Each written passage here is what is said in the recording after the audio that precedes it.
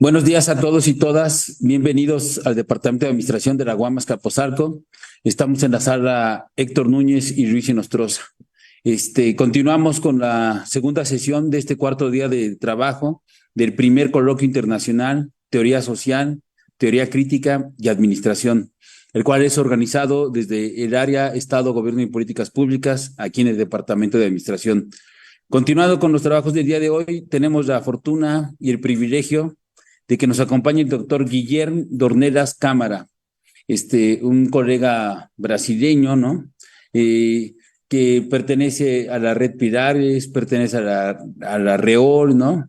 Y da clases en la Universidad Federal del Sur del Río Grande, ¿no? Mal pronunciado, por supuesto, porque mi portugués es nulo, pero hago un intento. Entonces, le agradecemos mucho a Guillermo porque él, dentro de los estudios organizacionales, en conjunto con varios colegas y varias colegas de Brasil, representan la parte de la teoría crítica, ¿no? Del pensamiento en estudios organizacionales y teoría administrativa, lo cual me da mucho gusto. Hemos coincidido a lo largo de muchos años en diversos encuentros en varias partes de América Latina, y si en algo coincidimos es en impulsar el pensamiento crítico.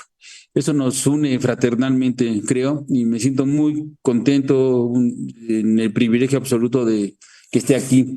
Entonces, Guillermo, por favor, adelante.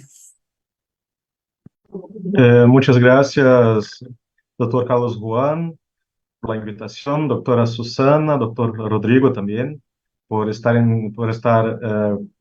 me dejar estar con ustedes hoy y para que compartamos un poco sobre este tema que es el tema justamente de la teoría crítica y de la crítica en el pensamiento, en la teoría administrativa y organizacional. Entonces, eh, de primer punto, me gustaría hacer una aclaración. Aunque el título de este seminario sea Límites y potencialidades del pensamiento crítico en la teoría administrativa, no voy a hablar hoy acerca de Taylor o Fayol o los otros autores de lo que se ha llamado de teoría administrativa en la academia hispanohablante. Sé que algunos autores como Guillermo Ramírez, Herman Vargas, como Ayusabet de la Rosa, puntúan la diferenciación, una diferenciación entre administración y organizaciones.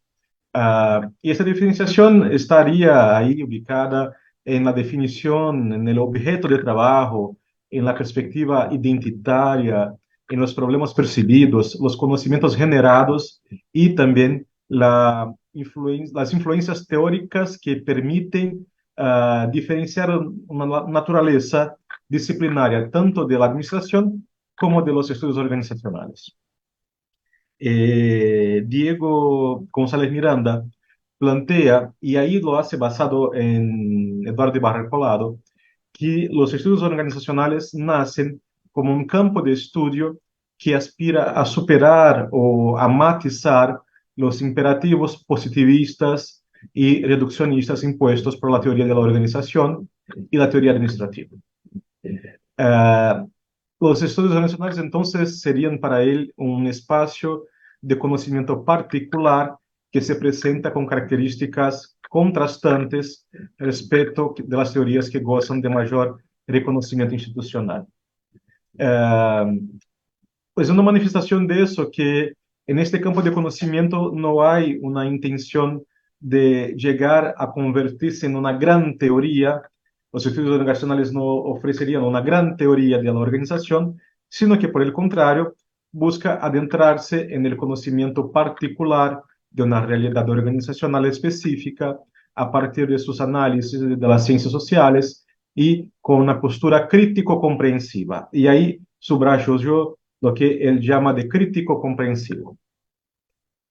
Es así que se aboga desde una perspectiva posmoderna la emancipación del hombre con una intención de distanciarse de la racionalidad social propia de la modernidad, aunque sin proponer algo concreto como una solución para la emancipación del hombre.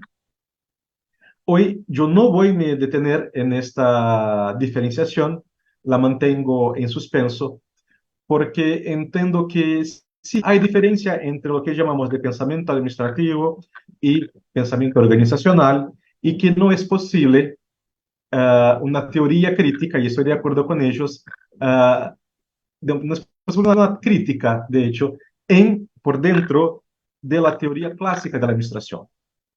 Con eso, quiero decir que hablo de las potencialidades y los límites de la crítica en el pensamiento organizacional, pero también en el pensamiento administrativo.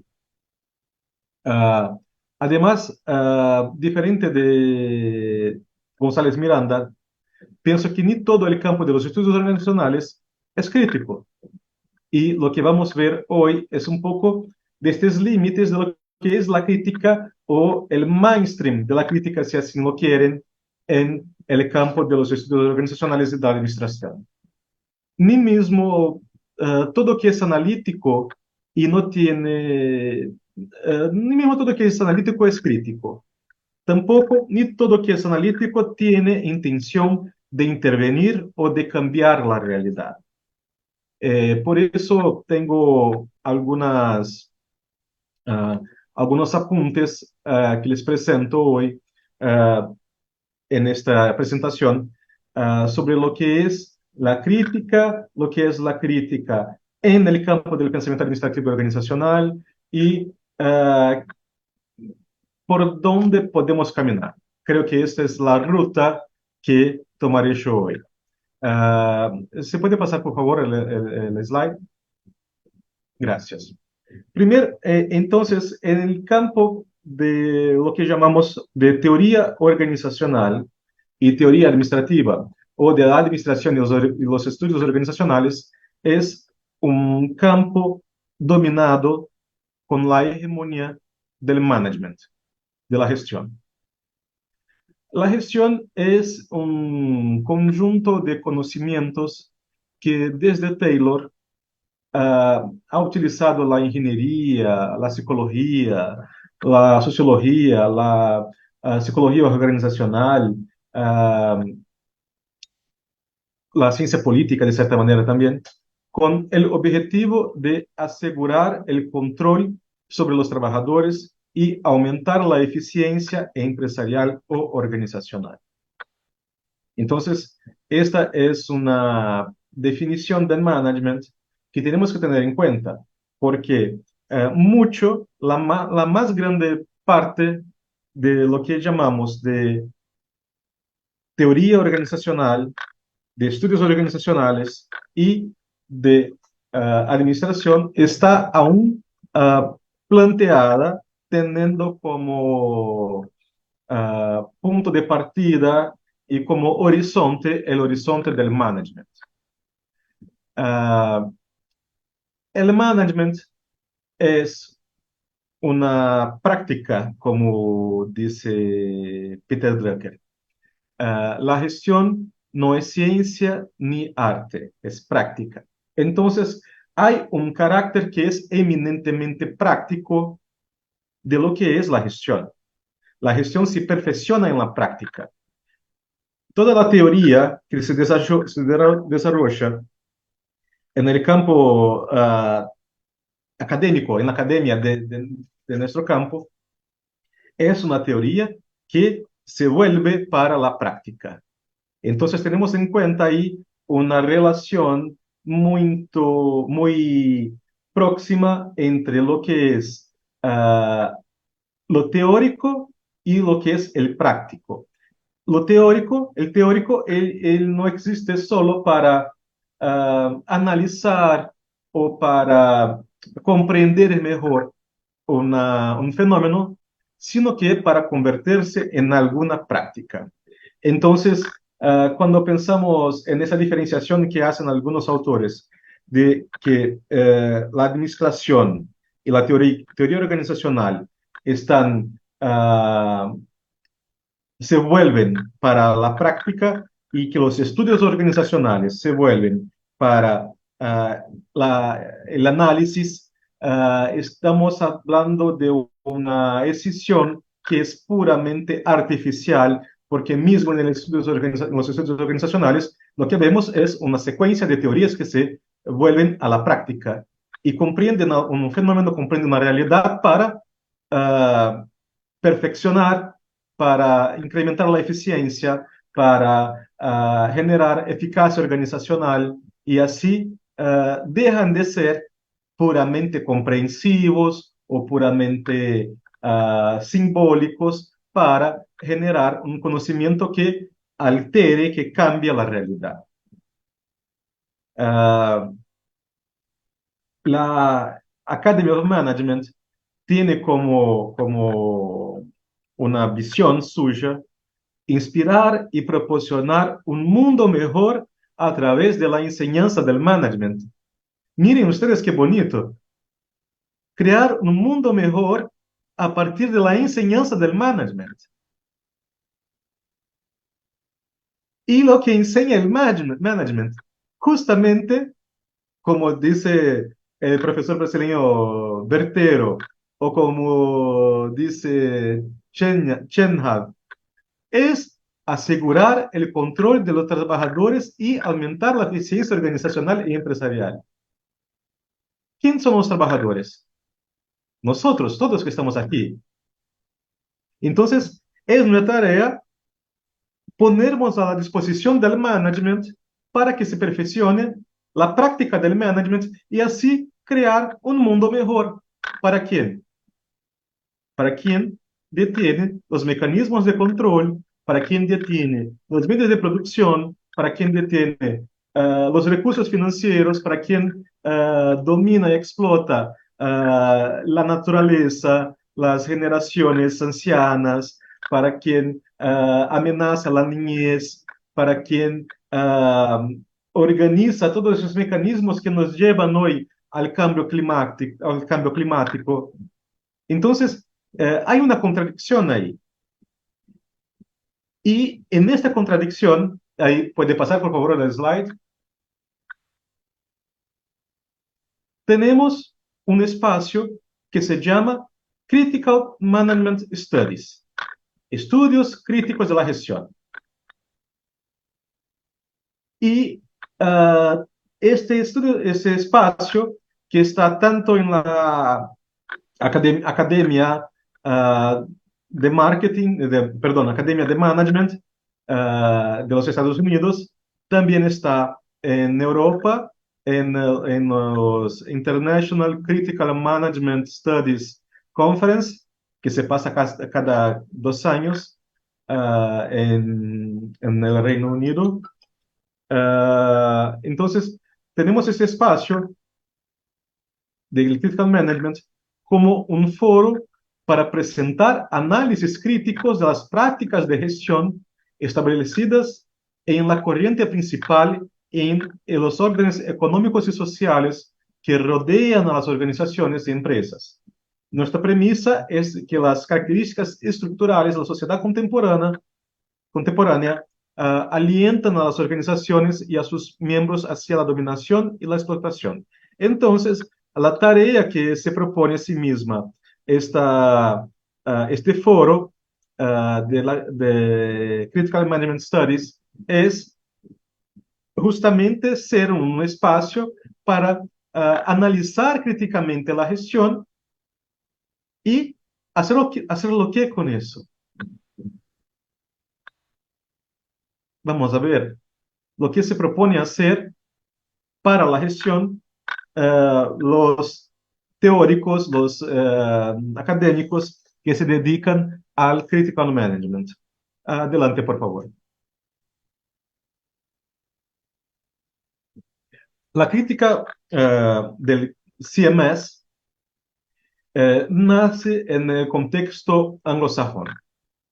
Con eso quiero decir que ella no está circunscripta, no está delimitada solamente a ese contexto, porque también nos implica a nosotros en Latinoamérica, nos dice lo que debemos o no debemos hacer en Latinoamérica, nos impone un marco teórico, nos impone líneas de investigación, pero nace ahí, en ese contexto anglosajón, y se desarrolla también ahí. Entonces, para puntuar eso, vamos a ver los fundamentos de esta crítica. Adelante, por favor. El CMS se trata de un movimiento de ideas en la academia del mundo anglosajón, cuya trayectoria destaca un proceso de institucionalización en el que algunas líneas de pensamiento teóricas, epistemológicas y metodológicas adquieren estatus de norma y guían la investigación y sus conclusiones. Entonces, el Critical Management Studies se pone como un movimiento de ideas. Ese movimiento de ideas se coloca en diálogo con el conocimiento que ya está institucionalizado en las líneas teóricas, epistemológicas y metodológicas que guían las investigaciones sobre las organizaciones, sobre la gestión y también las conclusiones que tenemos de esas investigaciones. Se trata de una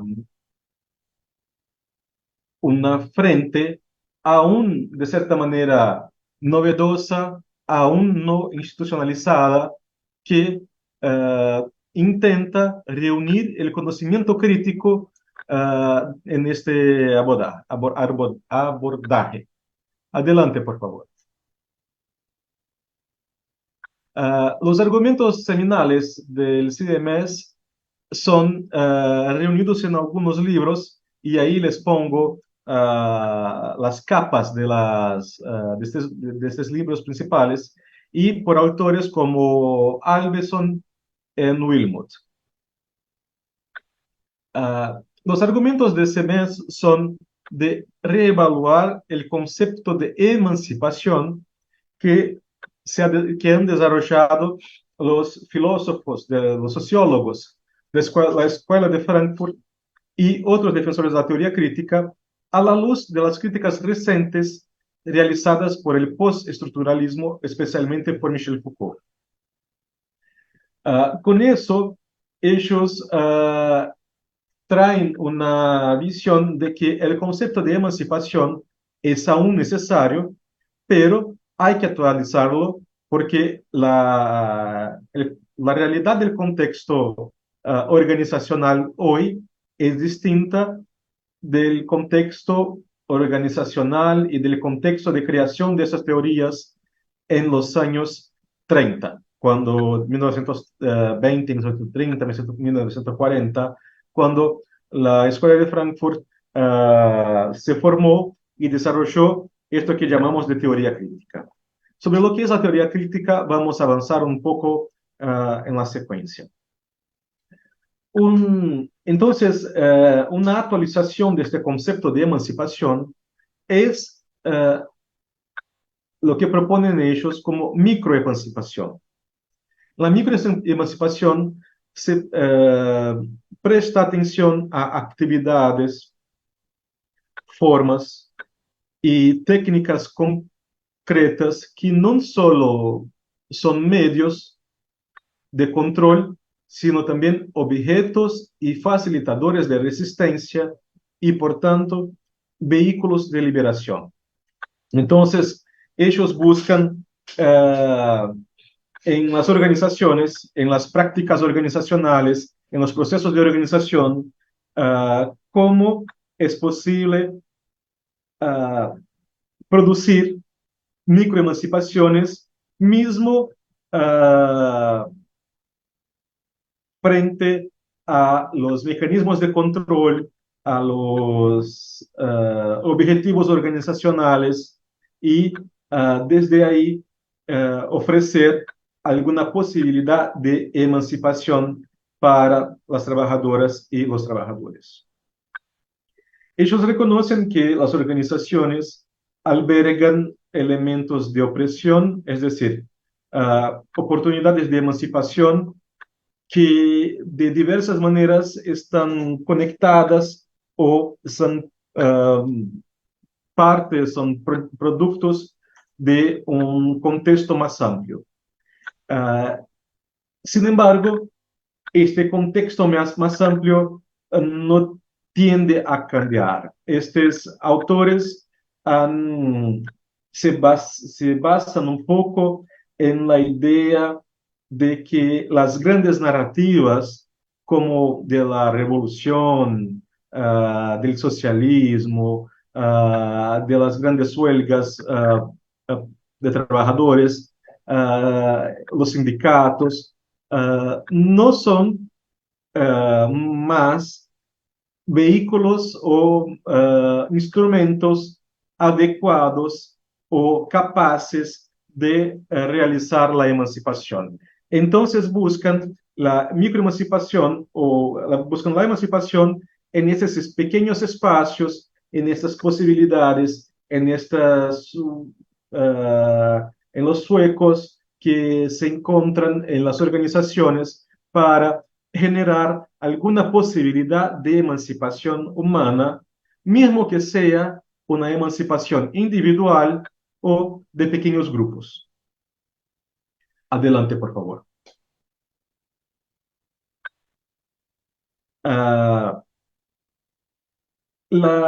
Ellos plantean, Alveson y Wilmot, en este texto que se llama justamente Critical Management Studies, que la intención de la teoría crítica no es embarcarse en proyectos utópicos para la eliminación de la jerarquía, para superar la división social de trabajo o mismo avanzar para más allá de la separación entre la administración y otras formas de trabajo, porque esto ya ha sido planteado antes y no ha resultado en la superación de esas problemáticas. La aspiración del CMS es justamente apoyar el desarrollo de organizaciones en que la comunicación y también el potencial productivo estén cada vez menos distorsionados por relaciones de poder asimétricas y opresivas. Entonces, vean, se trata de cambiar la lógica de las relaciones de poder, sino, pero no cambiar las estructuras de poder. Se mantienen las estructuras de poder. Lo que se intenta cambiar es su lógica de operación. Entonces, el CMS se propone a desarrollar una comunicación menos violenta, se propone desarrollar relaciones de poder más participativas, en generar eso que llaman algunos filósofos de una comunidad de comunicación en el ámbito organizacional, pero lo hacen sin cuestionar justamente la relación de dominación y las opresiones decorrentes de eso. Adelante, por favor. Algunos tópicos que cubren estos autores y que también aún hoy se desarrollan en las conferencias, en los congresos del CMS, son relaciones de poder y prácticas discursivas en corporaciones modernas, la construcción del placer como fuerza subversiva y emancipadora en la vida organizacional. Entonces hay una línea de investigación muy interesante sobre cómo las sensaciones, los sentimientos son capaces de generar una subversión a la lógica, al racional, al instrumental de las organizaciones. O sea, transformar las organizaciones también en espacios de placer sería justamente una manera de subverter estas relaciones de poder. Otro punto que también abordan es el doble papel de las ciencias sociales críticas para los directivos, porque al mismo tiempo que sirven como un medio de reflexión sobre la práctica, como un medio de criticar lo que se hace prácticamente, sirven para perfeccionar justamente esta práctica. O sea, la tarea del CMS es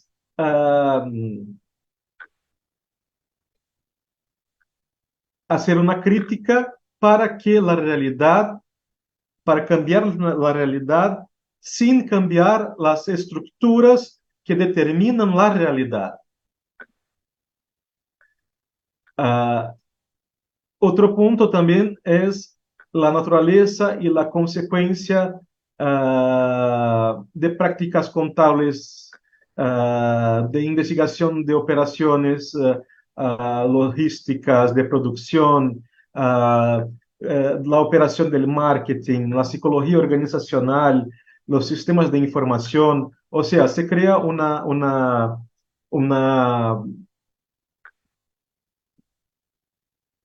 variedad de estudios, de investigaciones que se dedican a las distintas prácticas de administración y no solo eh, organizacionales para también refletir sobre esas prácticas. Seguimos, por favor.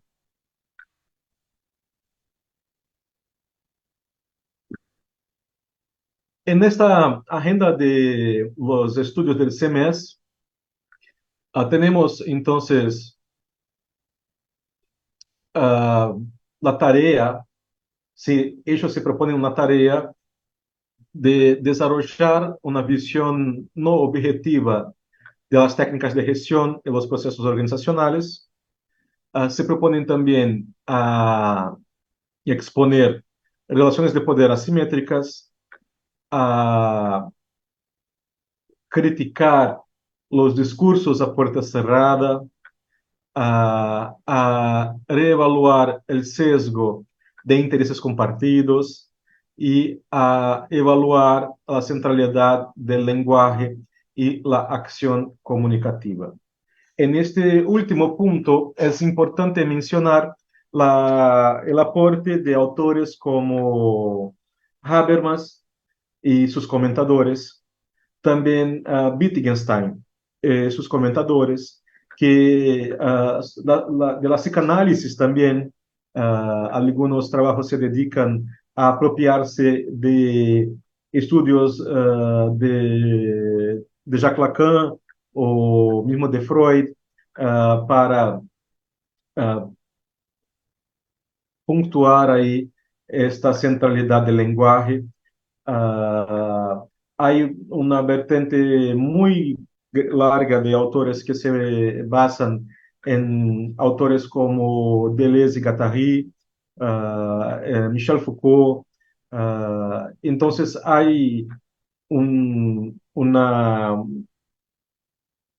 gran línea de investigación mismo sobre cuestiones que se relacionan al lenguaje, a la acción comunicativa y también a la subjetividad como producto de los cambios entre sujetos.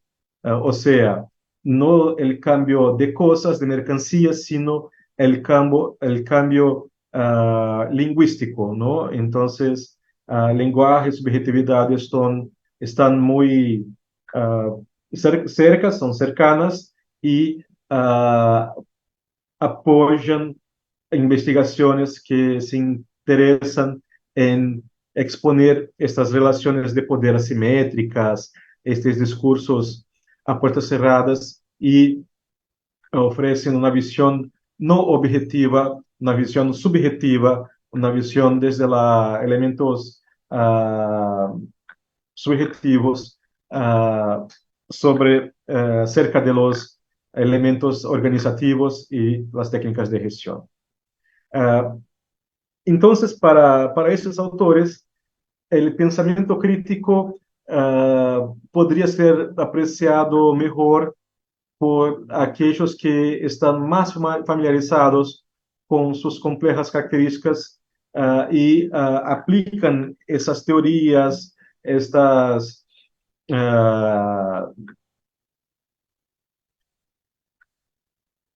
propuestas a sus estudios, a sus investigaciones. Entonces, la gestión debe ser hecha por la gente que conoce, que tiene un conocimiento teórico sobre ciertos elementos que les permiten conocer este lenguaje, conocer los conceptos y desde ahí comprender mejor las organizaciones.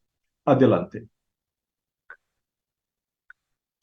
Uh, algunos de nosotros entendemos que esta crítica es una crítica domesticada, una crítica que ha sido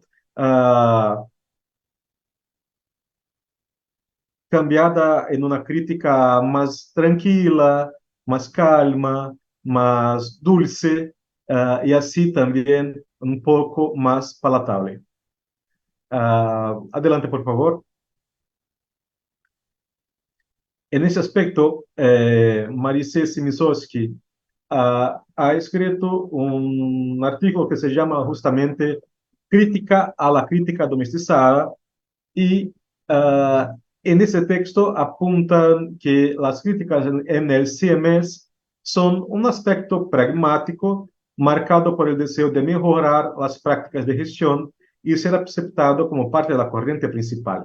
Entonces, este es el argumento de esas dos autoras que uh, plantean que las críticas en ese mes son críticas por dentro, por así decir, del management y no críticas al management.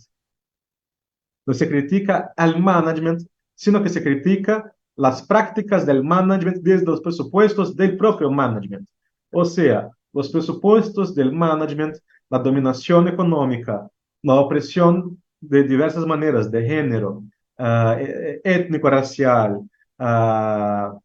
sexual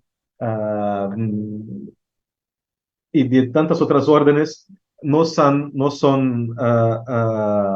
el objeto de atención, sino que el mejorar el management. Esa es su tarea eminentemente. Y aquí, para decir que esta crítica es una crítica branda, una crítica floja, hacen una diferenciación, parten de una diferenciación de la Escuela de Frankfurt. Diferencian la primera generación de la Escuela de Frankfurt, que ha iniciado con las obras de Horkheimer y también de Adorno, y para ellos la crítica tiene como referencia de contenido la materialidad de la vida. O sea, parten de una vida real, material, y desde ahí plantean la crítica. Estos estudios de la primera generación de la Escuela de Frankfurt se dedican a la ontología, a la superación de una ontología alienante que cosifica todos los momentos funcionales. Eso se diferencia de lo que ellas llaman de la segunda generación de la Escuela de Frankfurt, que está dominada por las proposiciones de Jürgen Habermas, por la crítica que asume una condición discursiva y se desconecta de la materialidad de la vida.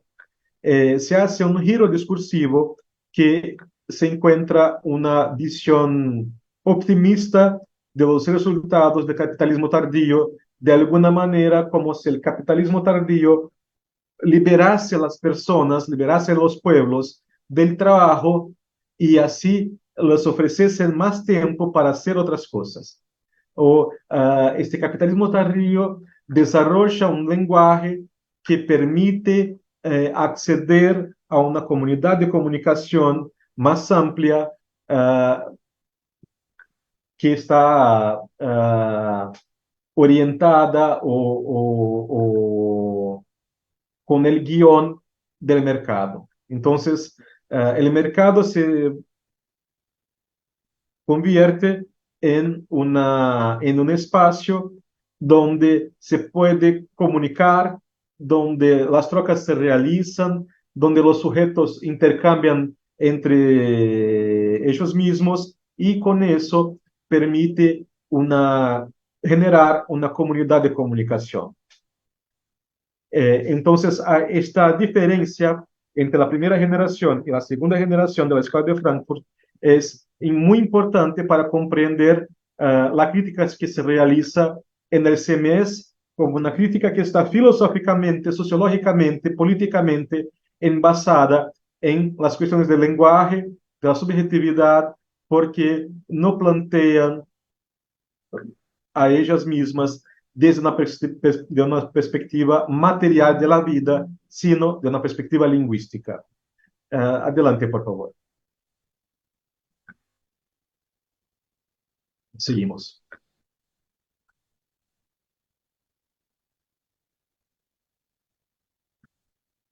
Y desde este punto de vista, desde el punto de vista de la primera generación de la Escuela de Frankfurt, ellos plantean que la emancipación es la afirmación de relaciones radicalmente diferentes a las condiciones anteriores y presentes de opresión y dominación de una situación vivida negativamente donde se forjan fuerzas e identidades capaces de buscar otra vida. Entonces, lo que plantean como tarea de la crítica es justamente buscar otra vida, que no es una vida en otro planeta, una vida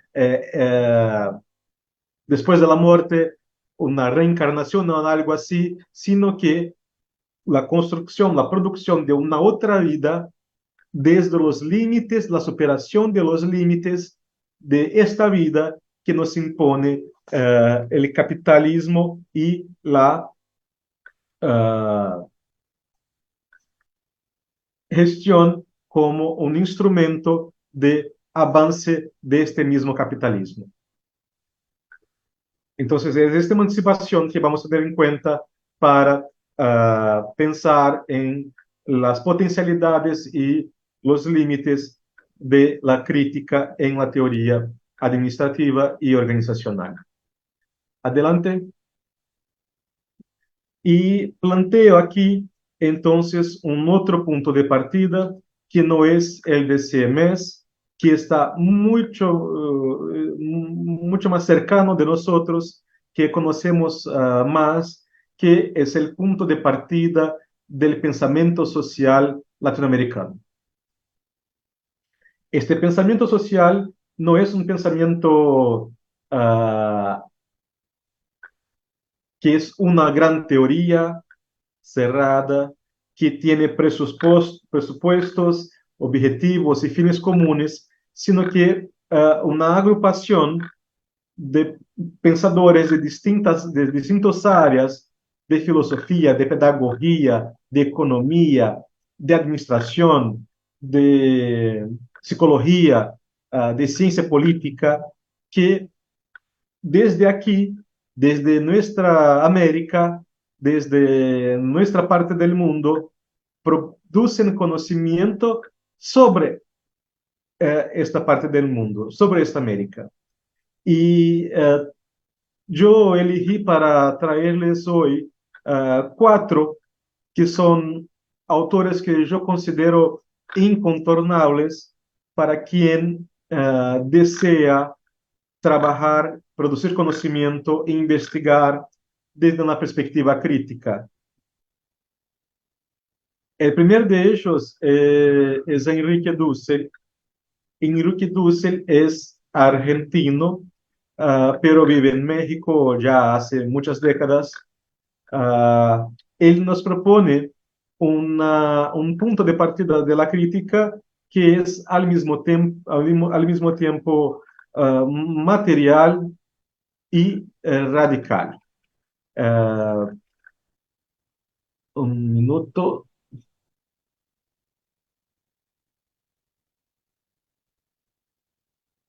Eh, para Enrique Dussel, la crítica debe estar ubicada desde essa perspectiva de la radicalidad y de la materialidad. La negatividad es la condición de radicalidad de la crítica. Lo que quiero decir con eso, que una crítica radical debe necesariamente negar que o superar la negación de la vida de los oprimidos, de los explotados, de las víctimas. Esa es una negación originaria que se sitúa, se ubica en el nivel de la materialidad, o sea, en el contenido de la praxis que se refiere a la producción, reproducción y desarrollo de la vida humana en comunidad, a corporalidad de los seres vivientes y a su existir en comunidad. La negatividad y la materialidad deben ser traídos junto, efectivamente, prácticamente, junto a la víctima, y no solamente en una posición observacional participativa. Esa radicalidad y esa materialidad deben involucrar al filósofo, al organizacionólogo, al investigador como un militante que también está en el horizonte práctico de la víctima y quien decide servir a esta comunidad de víctimas por medio de un programa de investigación científico crítico, o sea, desde la explicación de las causas de la negación de la vida de estos explotados, oprimidos y de las víctimas. Esa idea está inspirada en la concepción que Marx tiene de que la crítica no se refiere solamente al pensamiento, sino también al mundo objetivo y que siempre está apuestos para transformar ese mundo. O sea, es una práctica crítica revolucionaria. Entonces, cuando hablamos de una fundamentación crítica para los estudios organizacionales, tenemos que tener en cuenta justamente el elemento material de la crítica. O sea, de qué manera lo que se hace, el conocimiento que se produce en nuestro campo, nos apoya a superar la negación de la vida de las víctimas que hace justamente las organizaciones, que hace el management. Entonces hay un cambio ahí de punto de vista punto de vista no, hay un cambio del punto de partida de la producción de crítica. El primer es un punto de partida epistemológico, que hace el CMS, que hacen los teóricos que se dedican a perfeccionar la gestión. Y aquí, en la crítica basada en el pensamiento social latinoamericano, el punto de partida de la crítica es la vida de las víctimas. O sea, la vida en sí misma, como nos enseña Enrique Dussel, no es el criterio ético, sino que cuando yo, en cuanto investigador, soy interpelado por la negación de la vida de la víctima, eso me crea una obligación ética como investigador. O sea, los fenómenos que a los cuales me dedico a estudiar son fenómenos que deben necesariamente me hacer mover para más allá de ese sistema de dominación, para más allá de la opresión. Entonces, no hay espacio aquí para la microemancipación individual, sino que para la liberación de comunidades, de pueblos, de la gente. Y eso se hace tomando como punto de partida justamente este criterio ético radical de la materialidad y de la negatividad, de la negación de la negatividad de la vida de las víctimas, que crea un otro momento que es un momento afirmativo, que es un momento de la necesaria afirmación de la vida de las víctimas, o sea, de defender que las víctimas deben vivir, que es necesario que ellas vivan y con eso crear nuevas organizaciones, crear nuevos espacios para la realización de esas organizaciones, perdón, para crear un nuevo espacio para la realización de esta tarea que es afirmar la vida de las víctimas. Eso se hace de una manera, só se puede hacer de una manera, que es justamente estando al lado de las víctimas, se poniendo junto a las víctimas, a los pobres, como dice Dussel, a los dominados, a los explotados, en sus prácticas de organización.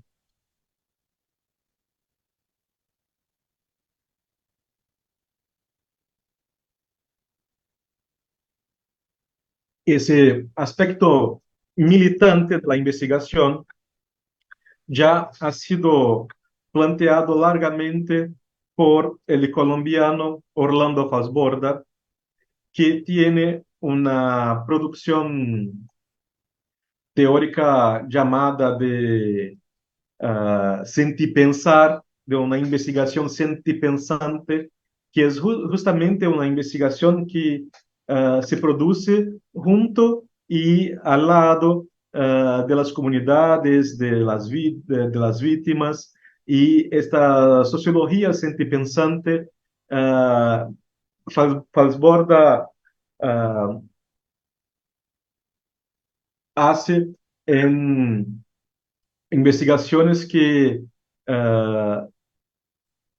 no están preocupadas en multiplicar el acervo de la ciencia o a iluminar la inteligencia de las élites que dirigen el Estado, sino que de una sociología que retorna a las personas que producen la vida, a los trabajadores. Entonces, él dice que el investigador es solo un mediador que ayuda a aflorar el pasado, a aflorar las tradiciones, a aflorar la lucha, las experiencias que en otros tiempos promovieron la afirmación y el progreso de aquellas comunidades y de otras comunidades para que así se pueda avanzar hacia el futuro. Falsborda trabajaba con un método muy específico, que es el de la investigación-acción, que se dedica justamente a la transformación social. Él hablaba también de este hombre sentipensante que combina la razón y el amor, el cuerpo y el corazón, para deshacerse de todas las malas formaciones que la sociedad en que, en que vivían, en que vivimos,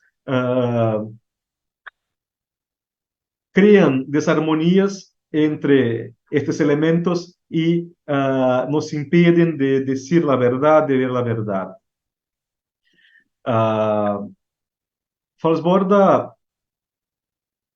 dice que el saber popular y el intercambio con la experiencia de base sobresalen así como necesidades tácticas.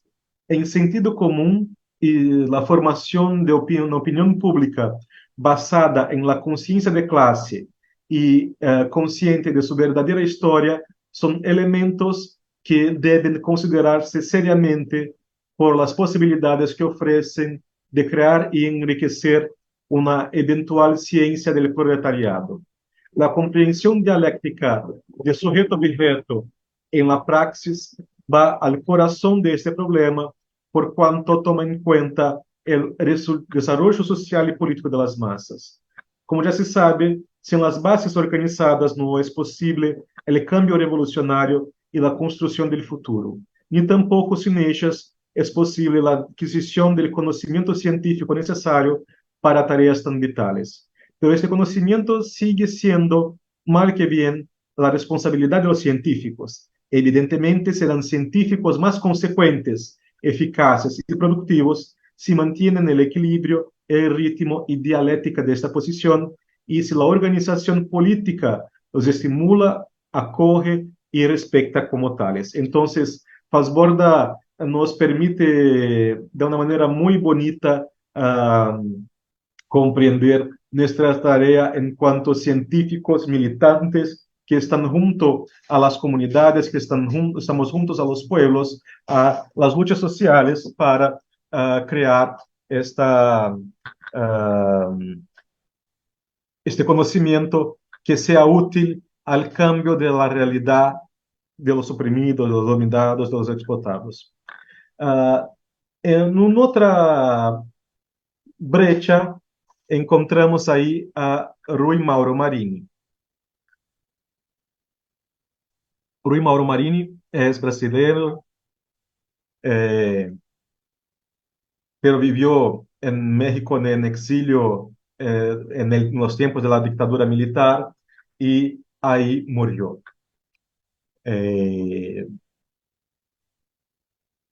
Fue profesor de la UNAM y desarrolló una teoría que se llama teoría de la dependencia. Rui Mauro Marini era la dialéctica, perdón, de la dependencia. Rui Mauro Marini era un militante del movimiento comunista, luchó contra la dictadura militar en Brasil, vivió en México. Esta dialéctica de la dependencia que escribió él es uno de los marcos teóricos obligatorios para comprender muchas cuestiones, no solo de orden económico, pero también social y político de nuestra América. Sus contribuciones apuntan para el fenómeno del subimperialismo, que es una categoría muy importante para aclarar las relaciones entre países de economía más y menos débiles en la periferia y donde se reproduce la lógica del imperialismo. Marini escribió textos de un muy gran nivel de abstracción, textos abstractos, pero que justamente por este grado de abstracción aún son muy explicativos de lo que pasamos hoy. Él en esos textos definía la dependencia como la subordinación entre naciones formalmente independientes, pero cuyas relaciones de producción de las naciones subordinadas son modificadas o recreadas para asegurar la reproducción ampliada de la dependencia. Entonces, las formaciones económicas latinoamericanas se daban justamente en un ciclo de dependencia en relación a las economías centrales de Europa, del norte del mundo, de los Estados Unidos, y eso permitía al mismo tiempo que los trabajadores del norte del mundo desarrollaran sus vidas, que los países generaban acumulación y acá una sobreexplotación, una superexplotación del trabajo.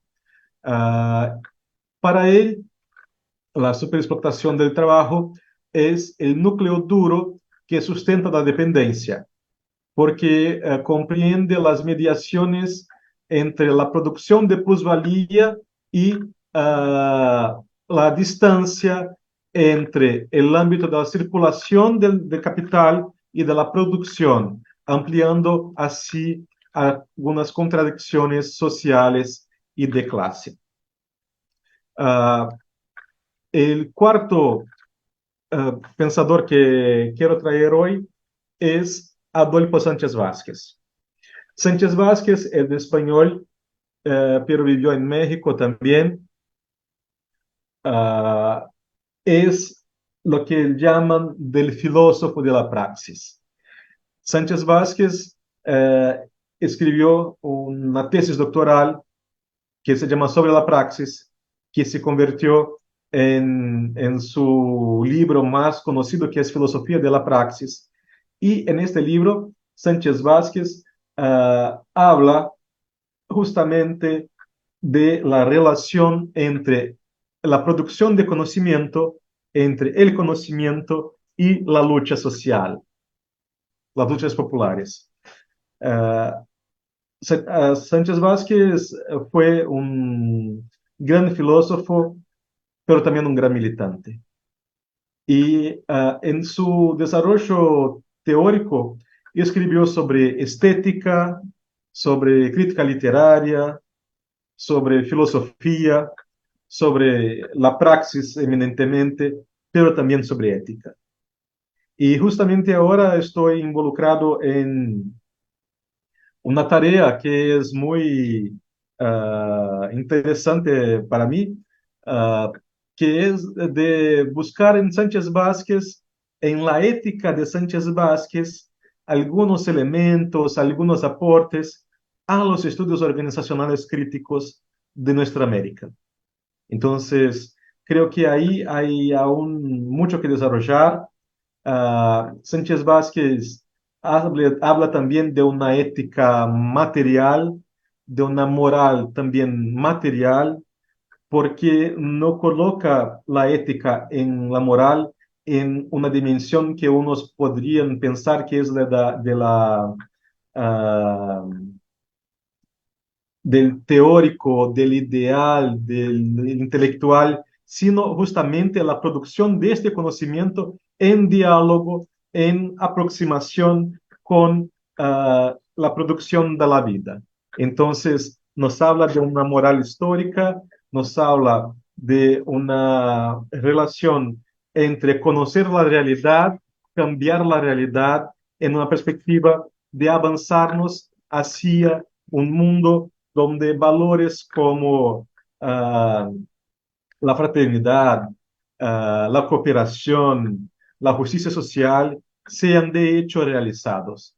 Esa era una preocupación de Sánchez Vázquez y nos enseña mucho a nosotros investigadores a no solo pensar, sino pensar activamente, pensar en diálogo y proximidad con las luchas sociales. Hay un otro punto que quiero abordar aquí, que es la diferencia del contexto. Si en el CEMES tratamos del contexto de las organizaciones, principalmente de las organizaciones productivas capitalistas, de las organizaciones empresariales, aquí no. Aquí hablamos de distintos contextos.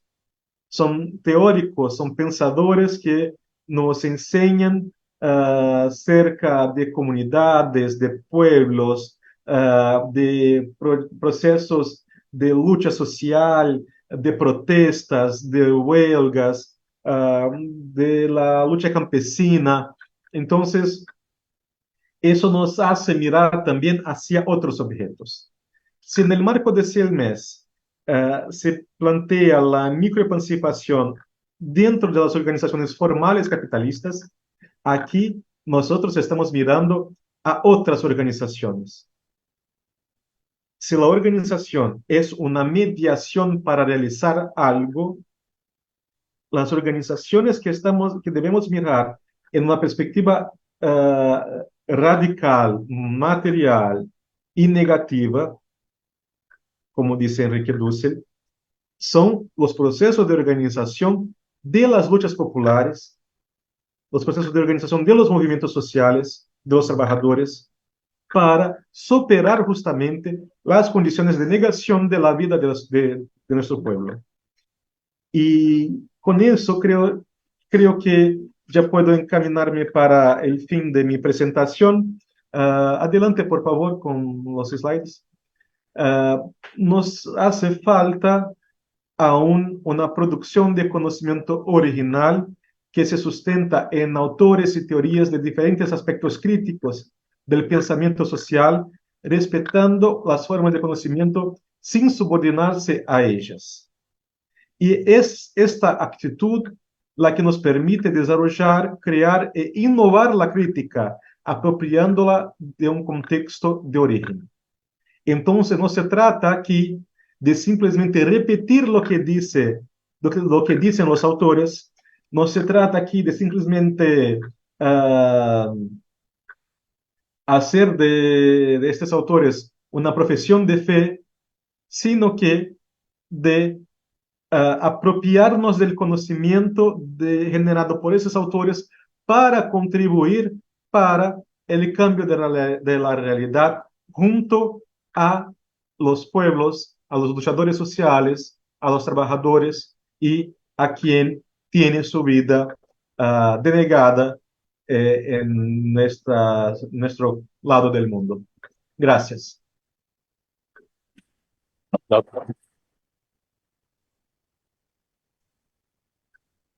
Muchas gracias, Guillermo. Muy interesante tu conferencia. Exactamente nos llevas a la discusión de en qué consiste la crítica dentro de los estudios críticos, ¿no? Del management.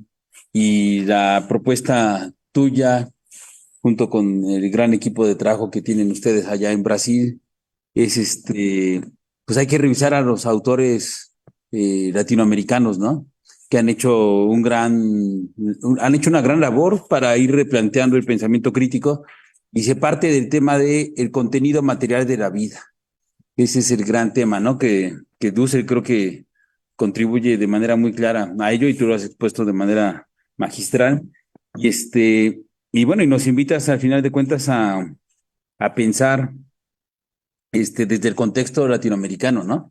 Que ese es un gran asunto que de repente se deja de lado y nuestro contexto es muy diverso, muy conflictivo, ¿no? No es nada armónico. Claro, pensar en la microliberación, ¿no? Lo que se pusiste ahí, pues sí, es hasta de risa, ¿no? Y me da la impresión realmente eh, dentro de esta posibilidad de transformación de la realidad, pues sí habría que plantear de que la microliberación no es posible y que las contradicciones estructurales, si permanecen, pues permanecerá la opresión, ¿no? La explotación, ¿no? Por supuesto, la dominación, la enajenación, ¿no? El fetichismo, todo este mundo categorial que hay que incorporar aquí a los análisis que tú lo haces muy bien. Y bueno, y me suena muy interesante este proyecto que anuncias que estás trabajando, ¿no? Sobre qué aportaría Adolfo Sánchez Vázquez a los estudios críticos, ¿no? Desde América Latina, en concreto con respecto a la administración y los estudios organizacionales. Me parece genial esa búsqueda. Pero bueno, no voy a hablar mucho yo porque ya es tarde y quiero que hablen los colegas, ¿no? No sé si quieran comentar algo. Bueno, yo también voy a ser muy breve, en aras de darle igual la voz a los demás compañeros. Pues yo coincido con lo que ha dicho el doctor Carlos Juan. Parece que estamos como en la misma sintonía. Lo que se ha discutido a lo largo de este coloquio es precisamente como el papel del pensamiento crítico, de qué tipo de teoría social también se tiene que construir y orientado, ¿no? hacia el pensamiento administrativo, y hemos coincidido, ¿no? Sin haberlo discutido antes, en el tema de la vida, ¿no? Es como el horizonte último hacia el cual se tendría que enfocar pues esta crítica, esta producción también, como bien lo dices, del conocimiento. Y bueno, llegábamos, ¿no? También a las discusiones de incorporar conceptos que se habían dejado de lado, ¿no? Que el pensamiento más hegemónico, bueno, quedaron de lado, aún en esta Critical Management Studies, ¿no? En anglosajona, bueno, se dejan de lado cuestiones, inclusive concepciones marxistas, ¿no? Que vienen muy ad hoc ahora para analizar nuestros contextos. Y bueno, celebro también que dentro de esta propuesta que haces, también la dialéctica de la dependencia, ¿no? Que se había abandonado totalmente, parecía que ya era, inclusive le llegan a decir, ¿no? Obsoleto ese pensamiento. Y por el contrario, nos permite ahora explicar la situación actual desde, por supuesto, resignificando, ¿no? Estas propuestas teóricas. Pero bueno, nada más. Muchas gracias, doctora. Sí, sí, Guillermo, agradecer tu exposición y felicitar por la misma. Y justo me quedaba pensando cómo de manera creativa vas recuperando el pensamiento latinoamericano. Dices, no puede partir ninguna crítica sin cuestionar la negación de la vida de los oprimidos, ¿no? En ese sentido, me parece bien oportuna la crítica que haces a esta microemancipación de la realidad de forma individual. Y recordaba una máxima que elabora Ulrich Beck y que dice, pareciera que en la sociedad actual se busca encontrar soluciones biográficas a contradicciones sistémicas, ¿no? Y en ese sentido me parece que es oportuno recuperarlo. Y cuando recuperabas a Franz Borda, justo pensaba en que Eduardo Galeano lo incorpora a una reflexión y cito a Eduardo Galeano, dice, me gusta la gente sentipensante, que no separa la razón del corazón, que siente y piensa a la vez, sin divorciar la cabeza del cuerpo, ni la emoción de la razón, ¿no? Y es esta invitación que me parece que elaboras de manera muy precisa. Y coincido con la aportación que hace la doctora o la recuperación que hace la doctora Susana de recuperar o no echar a la basura tan fácil la dialéctica de la dependencia de Marini, porque la categoría de plusvalor absoluto para entender cómo se genera valor en las economías periféricas es vigente. Está vinculada a la existencia de salarios de supervivencia y una intensificación de la explotación de la fuerza de trabajo, en contraste con la generación de valor relativo o plusvalor relativo que se genera en los países centrales, ¿no? No hay que, si bien podemos incorporar mediaciones o un análisis más refinados, me parece que no hay que dejarlo o echarlo a la basura. Y pues solamente agradecer nuevamente y felicitar tu exposición, Guillermo. Muchas gracias, doctor. No sé si alguien de aquí quiera hacer algún comentario. No, nadie quiere comentar nada. ¿Hay algún comentario en línea? No. Guillermo, pues realmente valoramos mucho tu trabajo. No sé si quieres hacer un breve comentario final a partir de lo que han dicho las doctoras y los doctores. Sí, muy brevemente, les agradezco por los comentarios muy generosos. No es casualidad que los temas que están tratando en este seminario ¿cómo se dice en español? Convergen. Convergen. Convergen. Convergen.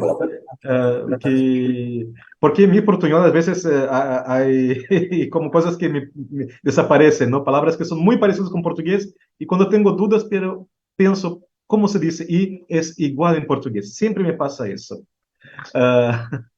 Pero, perdón, no es casualidad que esas cosas convergen, sino que es justamente fruto de un esfuerzo que nosotros, en cuanto investigadores, cuando miramos hacia afuera, cuando miramos a los fenómenos que nos interesan, que están a nuestro alrededor, los vemos y decimos, bueno, pero el rol teórico que me ofrece la administración o el rol teórico que me ofrece los estudios organizacionales tradicionales no son suficientes para explicar a eso. Tengo que buscar otras referencias. Y ubicamos justamente en nuestros padres, abuelos, bisabuelos teóricos la explicación para eso, o un camino para llegar a una explicación. Y lo hacemos justamente porque estamos interesados en fenómenos que están ahí, que están a nuestro alrededor, que no son de lo cual hacíamos parte, somos parte. Cuando investigo la población callejera de mi ciudad, yo convivo con esa población, interactúo con ellos en las calles. Cuando ustedes, Carlos Juan, por ejemplo, cuando trabaja con el tema de los congresos indígenas y todo eso es parte de la sociedad mexicana. Susana con la cuestión de los cambios climáticos y cómo se eso entra con la ONU y todo eso, también estamos viviendo el cambio climático hoy. Entonces, son fenómenos actuales, importantes, incontornables, y no podemos abrir mano de eso. Entonces, no es casualidad, es porque tenemos la vida amenazada, la vida de grupos humanos enteros, como es lo que se pasa con los palestinos. Entonces, son fenómenos que nos interpelan y exigen una actuación científica, pero una actuación científico militante. Y es esta nuestra tarea, ¿no? Pues muchas gracias, Guillermo. Yo celebro mucho tu compromiso teórico. Quiere hablar aquí Oscar. Nos hizo el honor de acompañarnos. Pasen el micrófono a Oscar, por favor. Hola, Guillermo. Es un saludo a todos y una disculpa, llegué un poco tarde, pero bueno, he estado siguiendo las discusiones que se están dando en este espacio y celebraba, ¿no?, el que se garanticen este tipo de formatos para esta reflexión. Yo no iba a hablar, pero pues dado que se provoca, ¿no?, y aprovechando el espacio de aquí de donde yo colaboro, que es el Departamento de Administración, solamente recordar y bueno, si de repente se presta para comentar de parte de Guillermo, Byung-Chul Han presenta en su obra, ¿no?, en La Sociedad del Cansancio, una tesis bastante interesante que tiene que ver con este cambio paradigmático, ¿no?, en la sociedad a partir de pues, los movimientos sociales de los 60s, 70s, ¿no?, que permitieron en una especie como de evolución que ya no se utiliza de parte del Estado la represión y la disciplina, ¿no? Sino, pues esto, ahorita que hablaban de estos microsalvamientos, ¿no?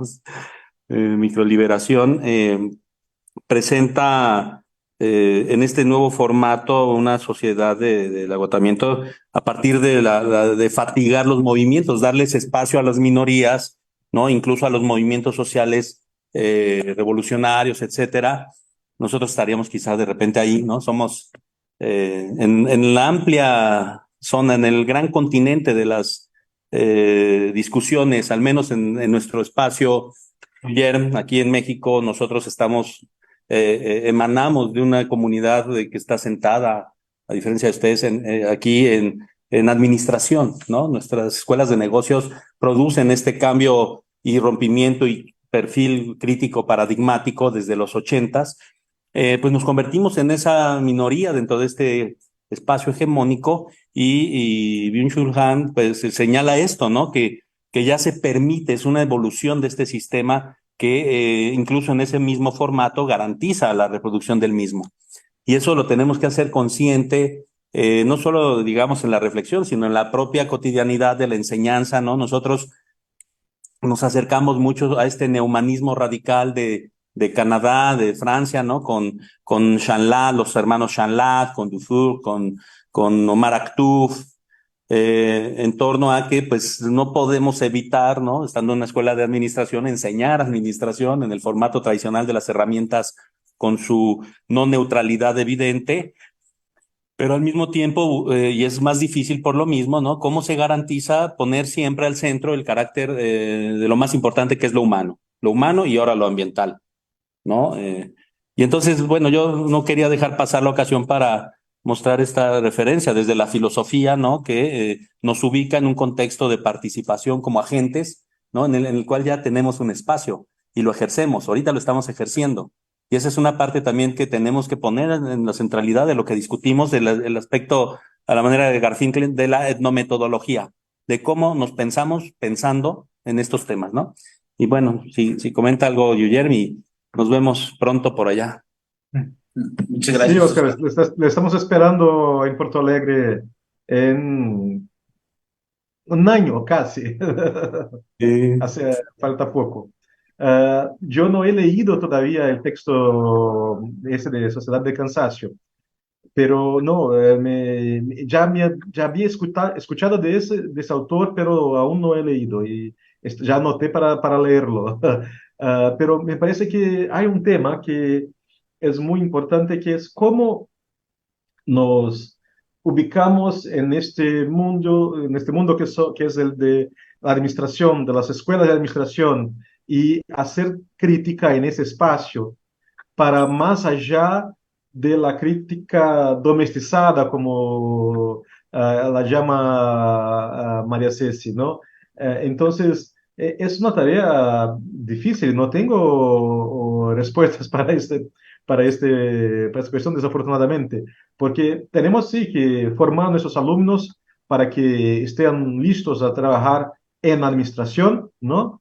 Y investigar en administración, y interferir en la administración, pero hay que ofrecerles también, creo que algo más que les lleve a un compromiso social, político, profesional, para más allá de que simplesmente ofrecer la productividad, la eficiencia, o mismo esta buena onda que se plantea hoy. En portugués se dice algo como gratiluz, que es una mezcla de gratitud y luz. Entonces, cuando uno agradece a otra persona, dice no solo gracias, sino gratiluz. Y es una cosa de decir que están de buena onda, que están felices, que gracias a la vida y todo eso. Entonces, algo casi New Age.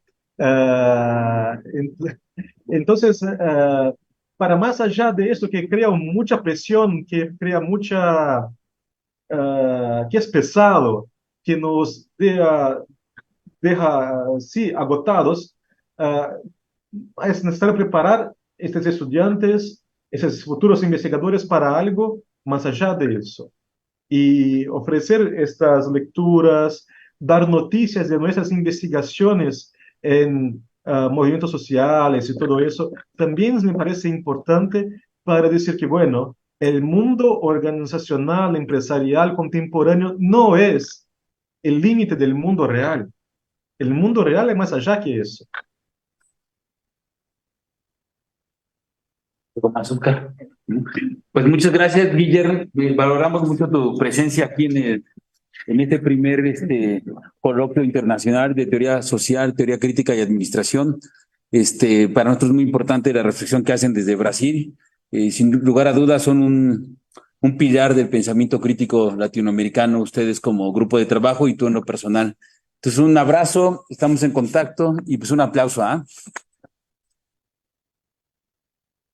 Chao, muchas gracias por la invitación. Nos vemos. Bye.